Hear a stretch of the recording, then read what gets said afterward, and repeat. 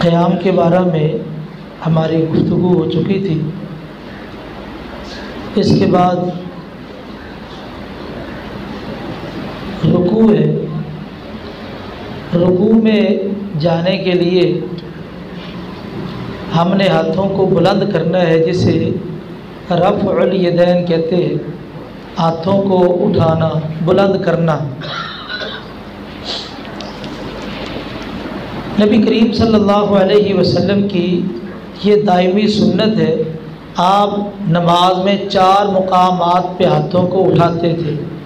نماز کے شروع میں، رکوع جاتے وقت، رکوع سے اٹھتے وقت، اور 2 رکعتیں پڑھ کر تشہد پہ بیٹھ کے جب تیسری رکعت کے لیے کھڑے ہوتے اس وقت۔ یہ 4 مقامات ہیں جہاں پہ رفع الیدین کیا جائے گا، یعنی ہاتھوں کو بلند کیا جائے گا۔ اور اس حوالے سے یہ مسئلہ ذہن میں رہے کہ نبی کریم صلی اللہ علیہ وسلم کے 50 صحابہ نے رفع الیدین کا مسئلہ بیان کیا ہے کہ آپ یہ رفع الیدین کیا کرتے تھے۔ اور مکہ میں چونکہ نماز فرض ہوئی ہے، تو جو مکی صحابی ہے، مہاجر ہے، انہوں نے بھی رفع الیدین کو بیان کیا ہے۔ عبداللہ بن عمر رضی اللہ تعالی عنہما جب نماز پڑھتے، نماز کے شروع میں، رکوع جاتے وقت، رکوع سے اٹھتے وقت، اور تیسری رکعت سے جب کھڑے ہوتے اس وقت رفع الیدین کیا کرتے۔ ان سے پوچھا گیا آپ ایسا کیوں کرتے ہیں؟ تو انہوں نے بتایا میں نے نبی کریم صلی اللہ علیہ وسلم کو دیکھا ہے، آپ بھی اسی طرح رفع الیدین کیا کرتے تھے۔ تو پتہ چلا کہ مکہ میں نماز کے اندر رفع الیدین تھا۔ آپ مدینہ میں آ گئے تو مدینہ کے اندر بھی رفع الیدین جاری ہے، مدنی صحابہ بھی اس کو بیان کرتے ہیں۔ بالخصوص 9 ہجری کو مسلمان ہونے والے وائل بن حجر رضی اللہ تعالیٰ عنہ بیان کرتے ہیں کہ میں نے نبی کریم صلی اللہ علیہ وسلم کو دیکھا کہ آپ رکوع جاتے وقت، رکوع سے اٹھتے وقت رفع الیدین کیا کرتے تھے۔ یہ 9 ہجری کو مسلمان ہوئے، چند دن رہے، پھر اپنے علاقے میں چلے گئے۔ 10 ہجری کو دوبارہ آئے، نبی کریم صلی اللہ علیہ وسلم حیات تھے، تو یہ کہتے ہیں کہ میں نے نبی کریم صلی اللہ علیہ وسلم کو دیکھا کہ آپ رکوع جاتے وقت، رکوع سے اٹھتے وقت رفع الیدین کیا کرتے تھے۔ تو یہ 10 ہجری تک یہ رفع الیدین موجود ہے۔ اور اس رفع الیدین کو بیان کرنے والے جناب ابو بکر رضی اللہ تعالیٰ عنہ ہے، یعنی ابو بکر وہ ہے جو نبی کریم صلی اللہ علیہ وسلم کے ساتھ ہر مقام میں رہے اور پھر آپ کے مصلی کے وارث بنے، تو وہ بھی رفع الیدین کی روایت بیان کرتے ہیں اور وہ رفع الیدین کیا کرتے تھے۔ ان کے نواسے عبداللہ بن زبیر رضی اللہ عنہ بیان کرتے ہیں میں نے ابو بکر رضی اللہ عنہ کے پیچھے نماز پڑھی تو وہ رکوع جاتے وقت، رکوع سے اٹھتے وقت رفع الیدین کیا کرتے تھے۔ تو جو نبی کا جانشین ہے، نبی کا اول وارث ہے، نبی کے مصلی کا وارث ہے، وہ رفع الیدین کر رہا ہے، تو اس کا نسخ ثابت نہیں ہے۔ بعض لوگ دھوکہ دیتے ہیں کہ پہلے رفع الیدین تھا، بعد میں ختم ہو گیا۔ اتنی بات تو مان لی کہ پہلے تھا، ختم کب ہوا؟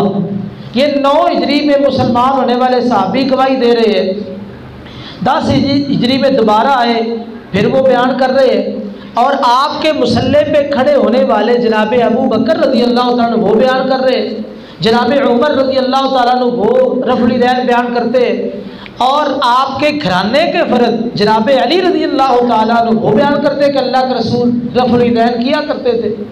50 صحابہ نے رفع الیدین کو بیان کیا ہے۔ ابو حمید ساعدی رضی اللہ تعالیٰ عنہ انہوں نے اپنے ساتھیوں کو کہا، 10 ساتھی اور موجود تھے، 11ویں یہ تھے، نبی کریم صلی اللہ علیہ وسلم اللہ کو پیارے ہو چکے تھے، تو کہنے لگے کہ میری نماز نبی کریم صلی اللہ علیہ وسلم کی نماز کے زیادہ مشابہ ہے۔ باقیوں نے کہا پڑھ کے دکھاؤ۔ انہوں نے نماز شروع کی، تو نماز کے شروع میں، رکوع جاتے وقت، رکوع سے اٹھتے وقت، تیسری رکعت کے لیے جب کھڑے ہوئے تو انہوں نے رفع الیدین کیا۔ جب نماز مکمل کی تو 10 صحابہ نے یہ گواہی دی کہ تیری نماز نبی پاک صلی اللہ علیہ وسلم جیسی نماز ہے، یعنی 10 صحابہ اس مقام پر گواہی دے رہے۔ تو پتہ یہ چلا کہ یہ سنت جو ہے مسلسل جاری رہی ہے، اس کے اندر کوئی نسخ نہیں ہے۔ عبداللہ بن عمر رضی اللہ تعالیٰ عنہ کے ایک غلام ہے امام نافع، بڑا معروف نام ہے۔ یہ افغانستان اور اس کے گرد و نواح میں جو ریاستیں ہیں نا، جب یہ فتح ہوئی تو یہاں سے یہ قیدی ہو کے گئے اور عبداللہ بن عمر رضی اللہ عنہ کے حصے میں آئے، ان کے غلام تھے۔ 44 ہجری کا یہ واقعہ ہے، 44 ہجری کو۔ تو 44 ہجری میں یہ گئے ہیں امام نافع، اور عبداللہ بن عمر رضی اللہ تعالیٰ عنہ نے ان کو اپنے ساتھ رکھ لیا۔ وہ امام نافع کہتے ہیں کہ عبداللہ بن عمر جب نماز پڑھتے تھے تو رفع الیدین کرتے تھے، رکوع جاتے وقت، رکوع سے اٹھتے وقت۔ میں نے پوچھا کہ آپ یہ رفع الیدین کیوں کرتے ہیں؟ انہوں نے کہا میں اس لیے کرتا ہوں کہ نبی کریم صلی اللہ علیہ وسلم نے رفع الیدین کیا ہے، آپ بھی رکوع جاتے وقت، رکوع سے اٹھتے وقت رفع الیدین کرتے تھے۔ تو 44 ہجری تک مدینے میں رفع الیدین ہو رہا ہے، تو منسوخ کب ہوا ہے؟ تو یہ دعویٰ غلط ہے، اس پر کوئی دلیل نہیں ہے، اور پوری ذمہ داری سے یہ بات کہتا ہوں، جتنی روایات اس کے بارے میں پیش کی جاتی ہے وہ درجہ صحت کو نہیں پہنچ سکی، یا ان کو تبدیل کیا گیا ہے۔ مثلا ایک روایت صحیح مسلم میں، ایک روایت مجمل ہے، اگلی روایت مفصل ہے، راوی ایک ہی ہے۔ اصل میں لوگوں کا بیان کرنے کا تھوڑا سا طریقہ مختلف ہوتا ہے، بعض بات مختصر کر دیتے ہیں، بعض بات پوری کی پوری بیان کرتے ہیں۔ صحیح مسلم میں حدیث ہے باب التشہد میں، جہاں سلام پھیرنے کا باب ہے، کہ نبی کریم صلی اللہ علیہ وسلم نے صحابہ کو دیکھا کہ وہ اپنے ہاتھوں کو اٹھا رہے تھے۔ آپ نے فرمایا یہ سرکش گھوڑے کی دموں کی طرح اپنے ہاتھوں کو کیوں اٹھا رہے؟ تو اس روایت سے کہتے ہیں کہ دیکھو بھائی یہ رفع الیدین منسوخ ہو گیا، نبی پاک نے غصے کا اظہار کیا کہ اپنے ہاتھوں کو سرکش گھوڑوں کی دموں کی طرح نہ اٹھاؤ۔ آپ نے شاید گھوڑے کو دیکھا ہو، وہ اپنی دم ایسے نہیں ہلاتا، ایسے ہلاتا ہے۔ اگلی روایت، یہ روایت ہے، اگلی روایت راوی ایک ہی ہے، راوی ایک ہی ہے، وہ بیان کرتے ہیں کہ جب صحابہ تشہد کے اندر سلام پھیرتے، السلام علیکم ورحمۃ اللہ، السلام علیکم ورحمۃ اللہ، یہ تھا ہاتھوں کو اٹھانا۔ امام مسلم رحمہ اللہ نے باب التشہد کے اندر ذکر کیا ہے کہ اس کا تشہد کے ساتھ تعلق ہے۔ صحابہ سلام کہتے زبان سے، ساتھ ہاتھ کر دیتے، ادھر کہتے ساتھ ہاتھ کر دیتے، یہ مقصود، یہ ان کا عمل تھا، اور نبی کریم صلی اللہ علیہ وسلم کا مقصود بھی یہی تھا کہ یہ کام غلط ہے۔ جو رکوع جاتے وقت، رکوع سے اٹھتے وقت رفع الیدین ہے، اس کے بارے میں کسی صحابی کا کوئی اختلاف نہیں ہے، کسی ایک صحابی سے بھی رفع الیدین چھوڑنا ثابت نہیں ہے۔ عبداللہ بن مسعود رضی اللہ عنہ سے جو روایت بیان کی جاتی ہے وہ روایت درجہ صحت کو نہیں پہنچ سکی، اس میں لفظ بھی اتنے ہیں کہ انہوں نے ہاتھ اٹھائے ثم لا یعود، دوبارہ نہیں اٹھائے۔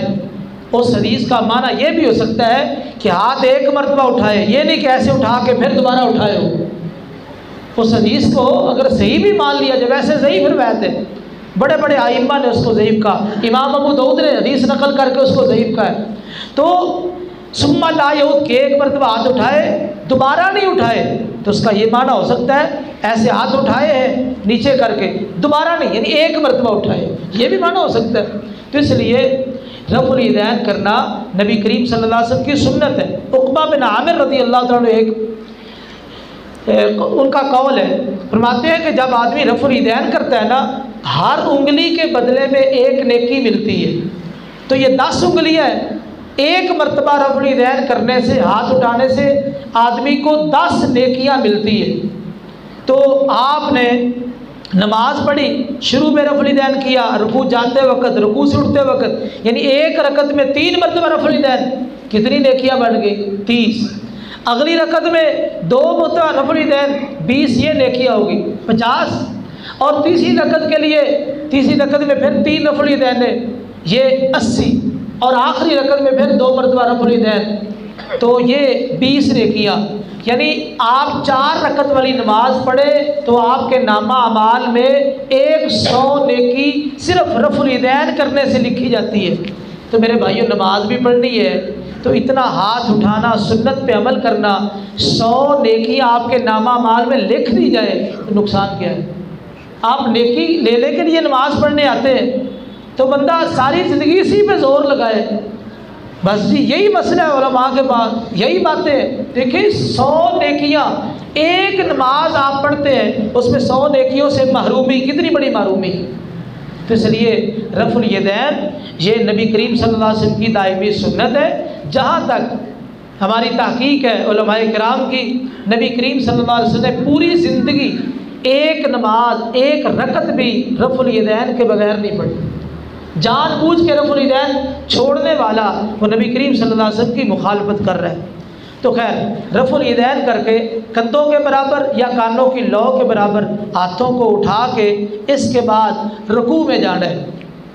رکوع میں جب جانا ہے تو اپنے بازو بالکل سیدھے رکھنے ہیں، گھٹنوں کو پکڑنا ہے، جس طرح آپ لقمے کو پکڑتے ہیں نا اسی طرح ہاتھ نہیں رکھنے، ایسے ہاتھ نہیں رکھنے، یہ گھٹنوں کو پکڑنا ہے، بازو بالکل سیدھے رکھنے۔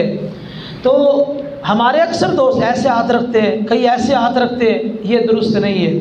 اور کمر بالکل سیدھی ہونی چاہیے، سر جو ہے نہ اوپر ہو نہ نیچے ہو۔ تو نبی کریم صلی اللہ علیہ وسلم کا رکوع اس طرح تھا۔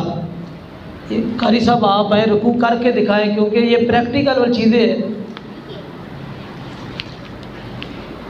تو آپ دیکھیں نبی کریم صلی اللہ علیہ وسلم رکوع یعنی اس طرح کیا کرتے تھے، ادھر ہی کرتے تاکہ سارے دوستوں کو نظر آ جائے۔ رفع الیدین کر کے آپ رکوع میں جائیں، اللہ اکبر کہنا ہے۔ یہ انگلیوں کو زیادہ نہیں کھولنا، بالکل بند نہیں کرنا، نارمل حالت میں رکھنا ہے، ہاتھوں کو سیدھا کریں۔ یہ اب رکوع میں جائیں، گھٹنوں کو پکڑنا ہے۔ تو یہ بازو اگر سیدھے ہو جائے گے تو آپ کی کمر سیدھی ہو جائے گی۔ یہ اگر آپ کے بازو کے اندر خم ہے تو کمر سیدھی نہیں ہوگی۔ اب دیکھیں بعض دوست ایسے رکوع کرتے ہیں، یہ رکوع غلط ہے۔ بعض ایسے رکوع کرتے ہیں، یہ بھی غلط ہے۔ بعض سر ایسے اٹھا لیتے ہیں، یہ بھی غلط ہے۔ بعض سر نیچے کر لیتے ہیں، یہ بھی غلط ہے۔ طریقہ کار یہ ہے، یہ دیکھو یہ بازو بالکل سیدھے ہے، کمر سیدھی ہے، یہ بالکل برابر، یعنی سر نہ اوپر ہو نہ نیچے ہو، کمر بالکل سیدھی ہونی چاہیے۔ تو یہ رکوع کرنے کا نبی کریم صلی اللہ علیہ وسلم کا طریقہ تھا۔ اور ٹھیک ہے، حالت رکوع میں جو آپ دعائیں پڑھتے، سبحان ربی العظیم، یہ کلمہ 3 مرتبہ پڑھ لے، سبحانک اللہم و بحمدک اللہم اغفر لی، یا سبحانک اللہم ربنا و بحمدک اللہم اغفر لی، یہ سبحانک اللہم و بحمدک لا الہ الا انت۔ اسی طرح اور بھی رکوع کے اندر دعائیں ثابت ہے، کوئی بھی آپ دعا پڑھ لیں۔ تو یہ نبی کریم صلی اللہ علیہ وسلم کے رکوع کرنے کا طریقہ تھا، پورا اطمینان ہونا چاہیے۔ ایک حدیث میں آتا ہے نبی کریم صلی اللہ علیہ وسلم فرمایا، صحیح الترغیب والترہیب میں یہ حدیث ہے کہ آدمی بسا اوقات 60 سال تک نماز پڑھتا رہتا ہے اور اس کی ایک نماز بھی قبول نہیں ہوتی۔